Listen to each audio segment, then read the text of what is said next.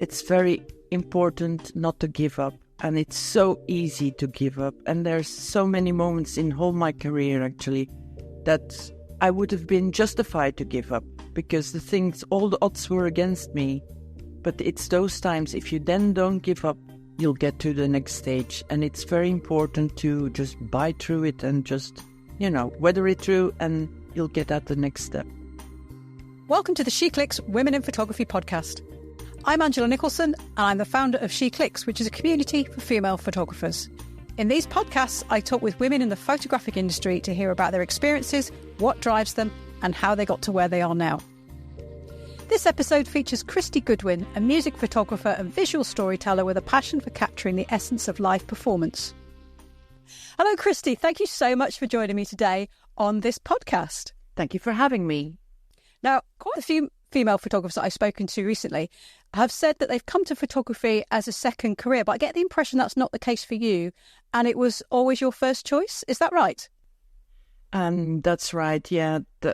Funny enough, there was never any other options for me. It was always, since I was a very young kid, it was photography, and once I got at that stage that I had to make a choice what to study, nobody even questioned it, and I didn't question it. I didn't look at other options. It was always photography from the start. So you picked up a camera at an early age? Well, yeah. My dad was a captain at sea, and I often went on trips with him. And he had a camera. It was basically a very nice analog back in the day. A very nice analog camera that I used if there was some incident on board. So I was always told not to touch the camera, which was very exciting, of course, because, as a kid, when you're told not to touch, that's the first thing you want to do. Oh, yes.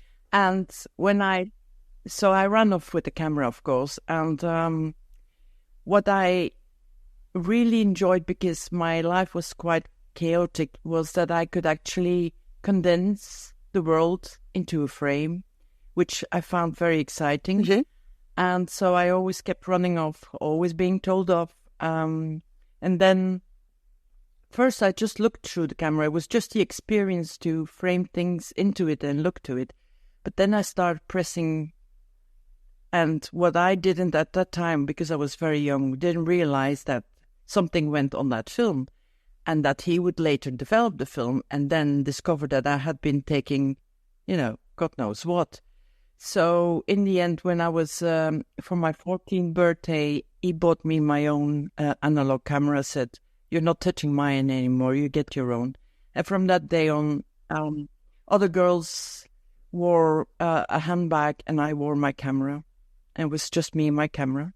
Oh, fantastic. And I think, when you start out with film photography, I mean, for what you're saying about, not daring to press the shutter button, you have a reverence for it, don't you? Because you've got maybe 24 or 36 images and it costs money. So, you're really, really careful. And, when people used to talk about bracketing, yeah, it was a financial consideration whether you bracketed your images or not to get the exposure right. Mm-hmm. Very true. But it gives you a good grounding in photography, doesn't it?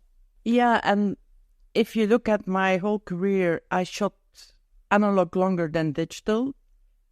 So for some reason, I still think analog when I'm shooting, which I think works in my advantage. Well, I hope. Well, I'm telling myself it still works in my advantage. But I still think very much analog. And sometimes I hear photographers next to me and it goes like, and I think like, you're filming, you're not taking pictures. I still think when I press the shutter, I still see, yes, this is worth pressing the shutter. Because that's how I've always thought. While in people with digital often don't think, they just snap. Mm-hmm. I still process when I press my finger. I don't know if it's better or worse. It's just the way I work. Yeah. Have you shot any film recently? No. It's just I do have a few film cameras, and I could do, but in what I do for a living, it's not possible because they want everything immediately. It has to be digital. And in my free time, I just use my iPhone. Yeah, as we all do. So it sounds like you actually studied photography. Did you do it at school and then follow up at university or college? Yes, I did. So there were two, because back at that day, I lived in Antwerp, and there were two choices. Either I could go the technical way, go to a technical school, or take the art way and go to an art school. I chose the art school, which my parents didn't quite like, because back in the day, art was considered lazy people who never get anywhere. But I was scared of the technical. I thought, I don't have a technical brain. That's not going to work for me. I thought art is safer. It proved to be much more difficult. But so I did 4 years of photography there, graduated, and then basically immediately fell into a job because at that art school, they also have a fashion department. And one of the guys who had... I think it was 2 or 3 years before me that he graduated. They always come back and then look for people to work with. So he came back to look for somebody to work with. And he hired me on the spot. So I immediately fell into a job. As a photographer? Mm-hmm. Oh, fantastic. Now, it's interesting you say that you shied away from the technical side, because a lot of people are worried about the technicalities of photography. Was that ever an issue for you? No. And the funny thing is that to this day, when I get interviews like this and people start asking technical questions, I just freeze. I think like, I don't have a technical brain. I don't shoot technical. I don't think technical. What I learned in my art department basically was to feel, to sense. Like, for instance, back in the day, people used to use a light meter, and we were encouraged not to use a light meter and to actually learn to feel the light. And so when I go outside, I can tell you exactly how to set your camera, because I just learned to sense that. So a lot of technicality happens inside here. I don't need the outside tools. And when I'm shooting, I never in a second will think, oh, I have to change my aperture, I have to change my speed. I don't do that. That all happens automatically. And it's because of, what I've learned back in those days. Not the technical way, but the more with senses, I suppose. And it's become ingrained. I suppose, yeah. I can't explain it. And sometimes people look at me like, sometimes they ask, what are you shooting on? I'm like, I don't know. Let me check, because I don't know. I just do it. Yeah, you're more involved in the moment than the camera settings. Mm-hmm. And why music photography? What drew you to that? Nothing. It's actually by accident. So first I did fashion. I did that for 3 years. And then the guy I worked with, he got a chance to work in Paris. He wanted to take me with him, but at the time I had a boyfriend, and no, I'm not going to Paris. So I stayed. And then I sort of fell into more reportage and editorial photography, did that for quite some years, but did it then more as a second profession because I got married, I had children, so I had a real job, and then on the side I did all that. And then through a friend, I was always with my camera, so I took some pictures he had a cover band, and I was take some pictures of the cover band, send it to him, which I always did, and he sent those pictures to the manager of Status Quo, unbeknownst to me. And then one day I get a phone call. This guy says, I'm the manager of Status Quo. I want to hire you for my band. I'm like, yeah, right. And I put the phone down because I thought somebody was pulling a prank on me. No, it was actually the manager. And I had to go back and say, I'm sorry, I was a bit rude, but yeah, I liked the job. And the first time, I had no clue whatsoever. I walked into, the only thing I knew was my cameras. All the rest was alien to me. Right from the get-go, I was allowed to shoot backstage. I didn't know what that even involved. There's all these people walking around. I'm like, what? then I had to shoot the show. Everything was like an explosion in front of me. And I'm like, what? It was like really deep end from the get-go. They liked what I did, which was like mind-blowing because I had no clue what I had been doing. Still don't have a clue what I do. But anyway, they liked what I did and they kept hiring me. And then there was a second client, Joe Satriani, who hired me. And then I sort of fell into it. And it's been growing from there. And that's what I do now. Mm-hmm. But it's never been like really a choice. Oh, I want to do music. No, it's accident, really accident. So it was basically, word of mouth, people seeing your pictures, you getting hired by someone, somebody else seeing your pictures, and it just rolled on like that. I think it's also because music photography is a lot of with emotion, a lot of with feeling. You have to feel the music and all that. And maybe it actually really worked for the style I shoot, which I never knew before. And it's only being in it that I realized, oh yeah, something I can do. Mm-hmm. And at that time, you were shooting film, but were you shooting colour or black and white or a mixture? I started digital. Before that, the fashion, I shot black and white because that was the requirement. Funnily enough, he liked it, movement in his pictures. So I was like constantly shooting like that, very artsy, but it was fun and it was creative. And I did that for a while. Then it's actually in the reportage bit that at a certain point I was still shooting film. I held on to it with my dear life. And then one of the news agencies, Reuters, said, we're not accepting anything analog anymore. You have to shoot digital.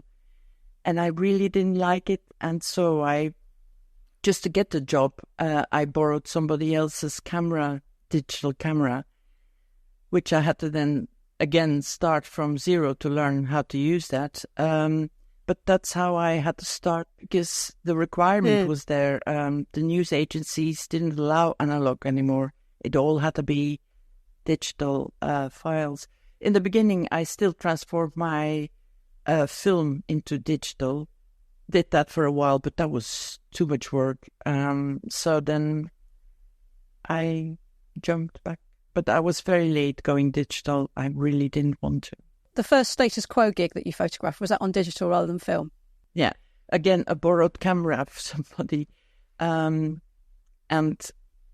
that's another thing. If I look back at that now, I used a camera I had never used before in an environment I didn't know at all, not knowing what I was doing, where I was going, what was required. There was no brief, nothing. It's a wonder that I even survived that. That's very brave. Yeah. And switching to digital and a borrowed camera, I mean, there's all those controls to learn, and going from film to digital, it seemed like there were so many more controls because previously, shutter speed, aperture, tungsten film or daylight film, black and white or colour. That was pretty much it, maybe a filter on the front or something. But suddenly, with a digital camera, you've got white balance, you've got file formats, all sorts of extra settings that you never even considered in the menu. I know.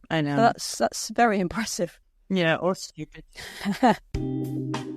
Please excuse this interruption because I'd like to thank Siwi, Europe's leading photo printing company, for supporting this podcast and making the SheClicks exhibitions at the photography show possible. Siwi has a UK production team based in Warwick and headquarters in Oldenburg, Germany. The company offers an extensive range of high-quality, award-winning photo products, including Siwi photo books, wall art, calendars, prints, and a variety of photo gifts. To learn more about Siwi and to order prints, visit siwi.co.uk or follow the link in the show notes. Let's get back to the episode. And what is it that keeps you photographing music? What do you really enjoy about it? What I enjoy about it is the thing is that with artists, they are very creative. They are creative beings. I am a creative being. And it sort of matches. I love shooting the passion that they have. They they transform once they walk on stage. I love that transformation. I love the moment the lights go on, the music starts. There is something magical about that. And then it's usually they have an instrument. It's either a guitar, it can be the microphone, be their instrument, anything. And you can feel the love that they have for what they do, mostly at 99%. And it's capturing that, it's getting that, it's that passion, basically, and creativity, because some artists are very creative as well, which is very exciting. So that's probably what attracts me the most. And when you first got started, did you have any female role models? Yes. Way back before I even knew that music photography could be a job. Linda McCartney, because since I was young, I've always been a fan of Rolling Stone magazine. Back in the day when it was really still a proper magazine, they didn't sell them in Belgium. So I would, there was one shop, and I would wait in front of the shop when the time was to be delivered to get my one copy. And she was in there a lot. And I loved, because she did a lot of these cheeky behind the scenes. There's this one photo that she took that I absolutely loved, which is, what's his name? Mick Jagger, who just after the show with a towel around his neck walks into an elevator. These kind of things, I found that it was not being there and Mick Jagger, that was not it. It was just capturing that moment that you could see the elation in his face, like it's over, it's done. I loved what she could capture. And her whole music photography, I adored, and I really admired her. Yes, me too. I think she's what was a fantastic photographer and somewhat underrated. I think, people made all sorts of assumptions about her because of who she was married to. But she was actually a great photographer. Yeah, I think if she wouldn't have married Paul, her photography career would have been much bigger. Yeah. Because the other myth is that she's part of the Eastman dynasty, but of course she isn't. She just happens to have the same name. I know. Anyway, so what would you say were the biggest challenges that you face as a music photographer? It's a lot. The biggest challenges, first of all, being a woman. The problem, well, it's not a problem. It's just a fact. Photography, for some reason, is because of technicality, I think, is very much assumed to be for male photographers. Like when we go to a new client who has never seen me before and I walk in with Patrick, they always assume Patrick is the photographer. It's just built in. People just think like that. Mm-hmm. So also in the pit, you have 99% male photographers. They're bigger. They push you aside. You have to stand your ground. You know that there's always this little, she's only a woman, put her aside. So that's probably, although I don't think I've ever not gotten a job because I'm a woman, it's just getting there. The other challenge is probably that, again, I think the credibility that I can do what a man can do. Though I don't have the same technical skill set, I can take pictures as good as the next one. That's something that I've always had to sort of prove myself. I think the lack of technical knowledge is a secret that is held by a lot of photographers. They know their specific genre, and I think whether they're male or female, they somehow get through it. But they have those sort of things. Oh, I don't know how to shoot this. I don't know how to shoot that. Or I don't know what this does. But it seems to worry female photographers more than the guys. They just are used to just blasting through. Yeah. Especially in the beginning, when I first started out in music, I had this I still have a little bit of an imposter syndrome, but I had that very big there because I would mingle with the other photographers, male, and they would say, oh, I'm shooting on this, and I'm shooting that. And then they would be there showing off their big lenses to each other. And I would stand there and I would feel so little, so inadequate. And I would think, like, what am I even doing here? I can't match with that. And then I would punish myself. And the next day I would look, because they would be shooting agencies, so I could see their pictures. And I would at their pictures and think like, oh, they're so much better than me. I can't do that.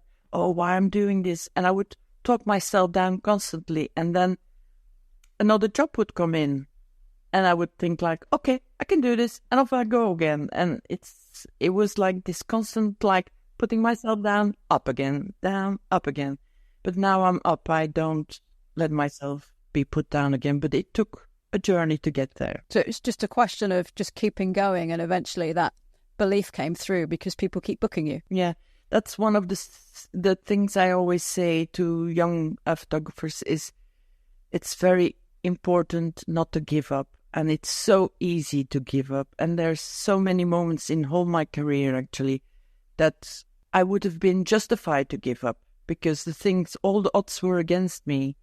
But it's those times, if you then don't give up, you'll get to the next stage. And it's very important to just bite through it and just, weather it through, and you'll get at the next step. Yeah. Because if you stop, that's where the story ends. But if you keep going, it could go anywhere. Yeah, we never hear of all those people who stopped. You only know of the people who kept going. That's very true.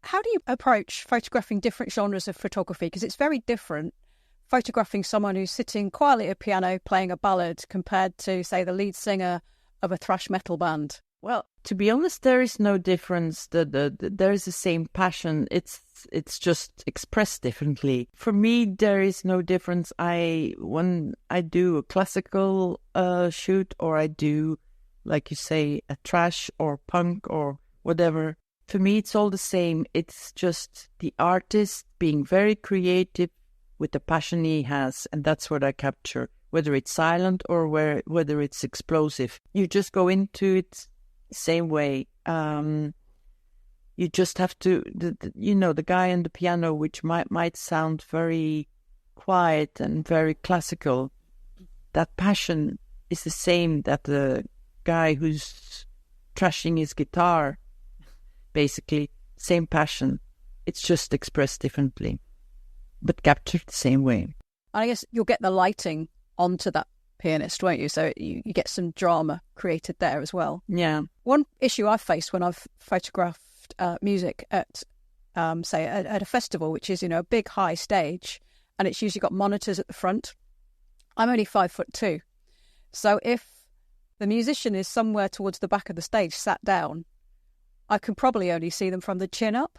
But if they're at the front with a guitar, standing, looking, at the mic near the front of the stage, I've got a much better chance of taking a dramatic shot. Do you have those issues as well? Yeah, I call that a nostril shooting. The thing is that, first of all, when the stage is very high, I would not go up front because that's the worst visual. You always have to think those people, when they're going to look at pictures of themselves, how are they going to feel? So when I shoot high stage like that, I will always shoot sideways. So you have a profile, which then you can avoid the nostrils. The thing with the people in the back, it's either you go very far away and you have like a large shot where you have little mini figures in your frame, or you just that's just the nature of the beast. And next time better and you have a lower stage, I always think. Yeah. But the thing very important in music photography is not to fight the conditions. And when you first start out, that's the first thing you do.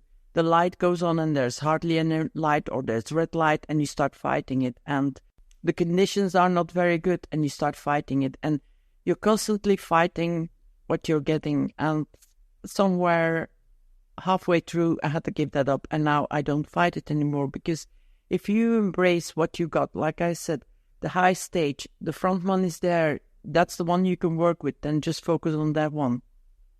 Try to get him as good as possible. Do you ever then decide to shoot from outside of the pit? I mean, it's nice having all that clear space where you can, you haven't got the crowd jostling you or anything, but do you ever go somewhere else because you can get that longer view with a long lens, perhaps? It depends, because I don't shoot press or anything. I just shoot with clients, with the artist who hires me. They often require these shots where you have and the stage and the crowd, so you can actually get the whole sense of what was going on. So usually what I do is I'll start in the pit and then I'll move backwards, get the whole vibe of the venue wherever it is. Also, of course, on stage, they love their pictures where it's the artist with the crowd in front of them. But yeah, I combine both. It's not just about the act, it's about the whole experience, and they often want to show off the whole experience. Yeah, I can understand that. And when you're shooting, say, an album cover or a portrait of a musician away from the live stage, how do you create a rapport and form a connection with them? I mean, they're used to people telling them how great they are and they love their music. How do you form that connection to get something a bit special in the camera? I tend to feel, feeling, I tend to feel they're all different people, of course, and even though they work in the limelight and they should be used to be in front of a camera, there are quite a few who don't like it, who get nervous, who get tense. And then I always try to find something that can take their focus away from it. Sometimes it can be just give them their guitar and they feel their comfort. They're safe again. Sometimes it can be like talking. Sometimes they mention something and you can just elaborate on that and ask them to explain something or talk something that gets them out of that whole frame, like, oh my God, I have to now be in front of a camera. But it's different. Everybody is different, and you just have to sense it and feel it and not just explode on them and say like, okay, now we're shooting and you have to do this and that. No, I tend to let it go organically. I let them be themselves, and I hope that they can shed off that fear of the lens. Yeah, particularly when you're shooting, say for an album cover, there must be quite a lot of pressure there because obviously it's a big money industry. How do you deal with unhelpful or negative comments, or even when somebody's very non-specific in their requirements? They say, "Oh, like this but different." How do you deal with that sort of situation? Of course, it's my art, it's my photography, but I always think basically they are the one who paying the bill. They are one paying the invoice. So, it's a little bit like whatever. They're the client. They're wanting this or that is what goes because they're the decision makers. Sometimes things are not feasible, and I will explain that to them, and I will say like, I've had once for a shoot like that, and they said we were in this gritty hangar in London somewhere, and they wanted it to feel like Miami Beach, and like, not possible. This is just not the environment. Sometimes you have to explain that to them, even though it looks very obvious. Hello, not possible. But this is what we can do, and I'll give them alternatives, and I'll try to warm them up to that.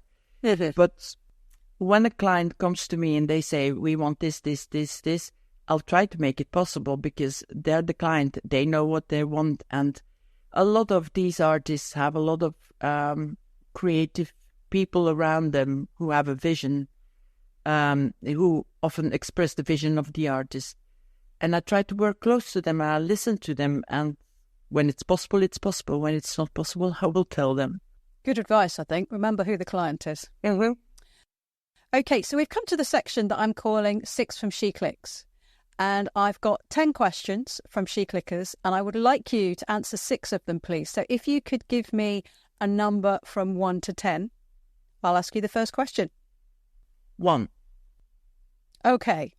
So actually, quite a few people asked a question like this. So have you ever had to overcome strong personal negative feelings towards a subject or a band that you've been commissioned to shoot? If yes, how do you approach such a scenario? Yes, of course, I've had that. And how do you overcome that? Well, one thing, and I've explained that before, I work a lot with feelings, and I have noticed that sometimes when I don't like somebody, it shows in my pictures. Well, I can see it. There's this, I don't know, there's something in it that just didn't work. But the thing is that I always... And that's what I try to do, is if I don't like somebody or them, it's not about music because I don't even listen to it, but if it's more personal, if I don't like a person, I always think they're there because fans want them. And I'm there as the communication tool between that artist and the fans.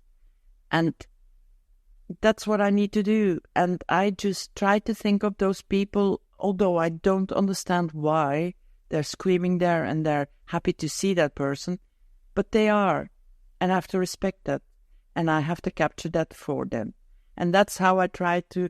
The thing also is that you have to take yourself out of it quite often. It's not about you.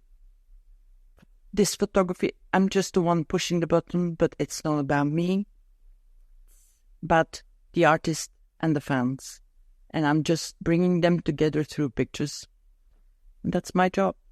I think that's a great approach. That sounds like really good advice. Okay, so could I have another number, please? 7.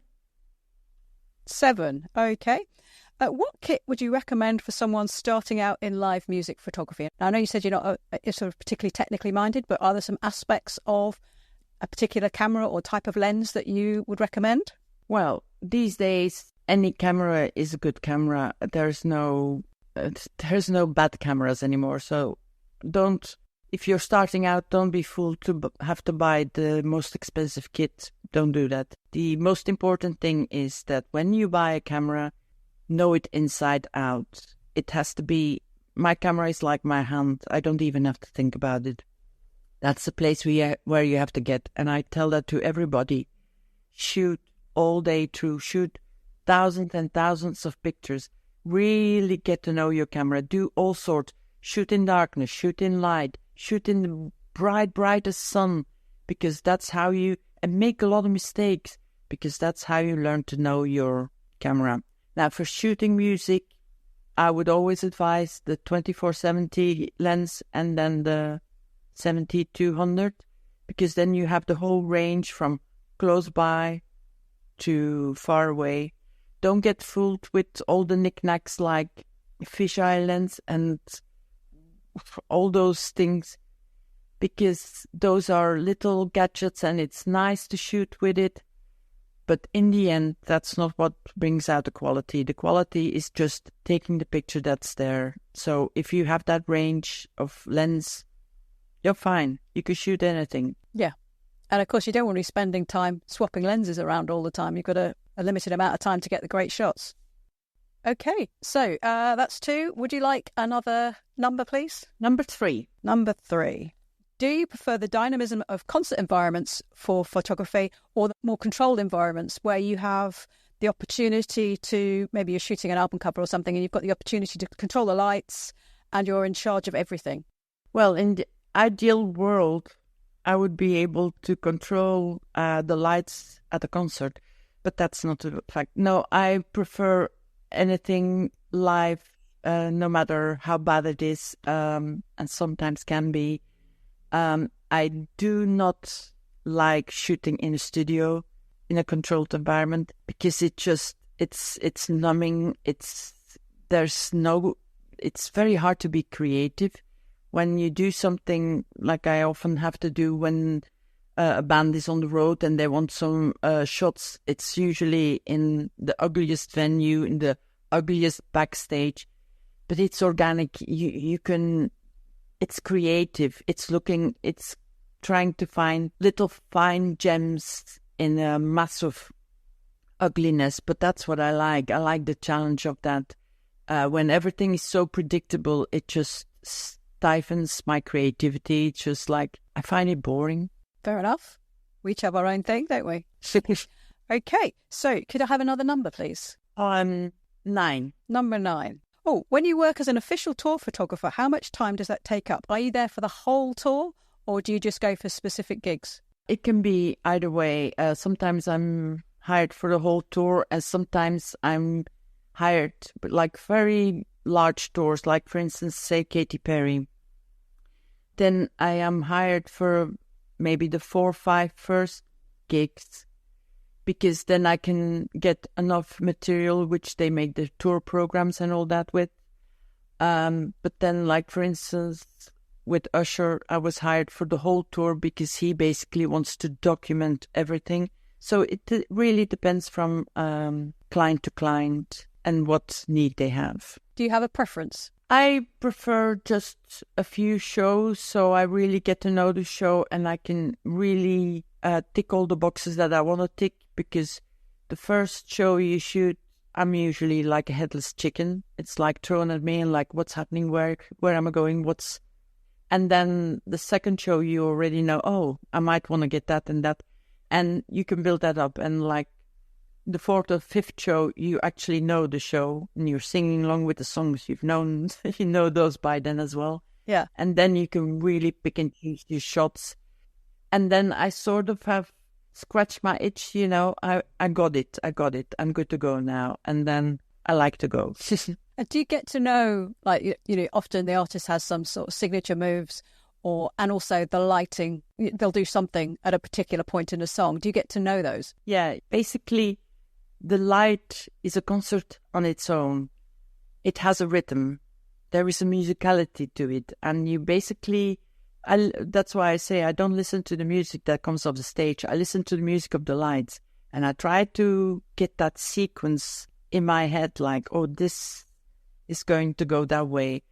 And then once you got that registered, you can really work with it. You know exactly where to go and what happens and where the shadow will fall and where the light will fall. And you can work with that. So, yeah, that's usually what I do. The thing sometimes very difficult is like when there's pyros or all that, like very hard light. That really needs a couple of shows for me because it's so hard. I always jump. I can't help it. I know exactly when it's going to happen. And then those pyros shoot off and I'm still going like that. But those kind of things need a few shows to really get it right, because there's such a hard difference between the light on the artist and that very harsh, bright light of the pyros. Yeah. Oh, interesting. Okay, so your 5th number, please. 10. Number 10. Oh, what was the first image that you had published? That question's from Liz. Do you remember what it was? Well, good question, Liz, because you caught me.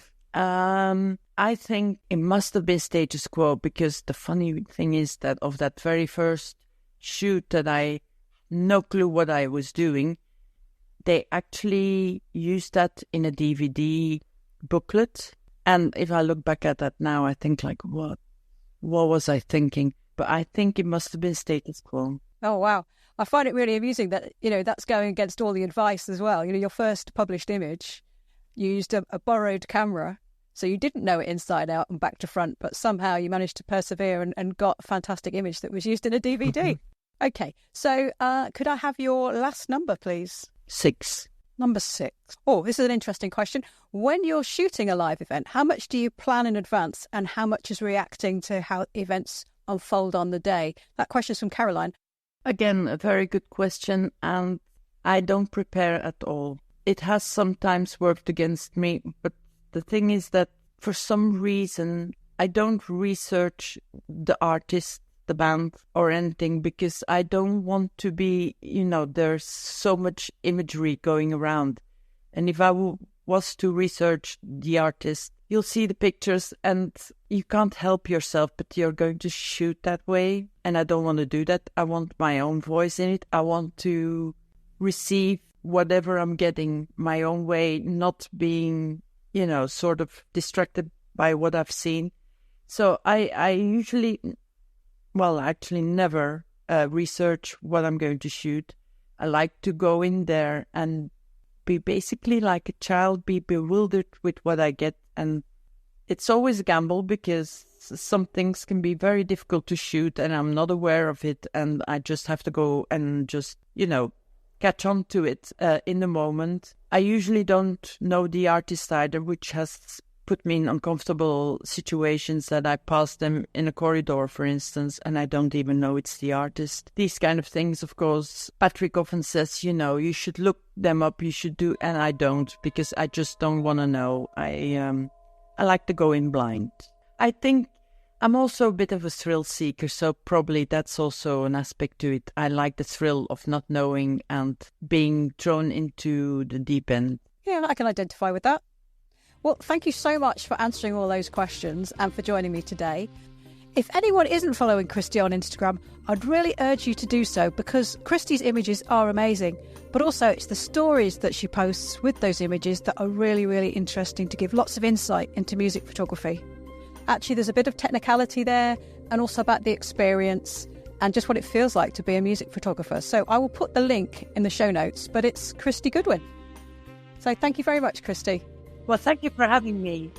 It was really fun and very good questions. Thank you to the ones who send them in. Thank you. Thanks for listening to this episode of the SheClicks Women in Photography podcast. I hope you enjoyed hearing from Christie as much as I did. You'll find links to her website and social media channels in the show notes. I'll be back with another episode soon, so please subscribe to the show on your favourite podcast platform and tell all your friends and followers about it. You'll also find SheClicks on Facebook, Twitter, Instagram and YouTube if you search for SheClicksNet. So until next time, enjoy your photography.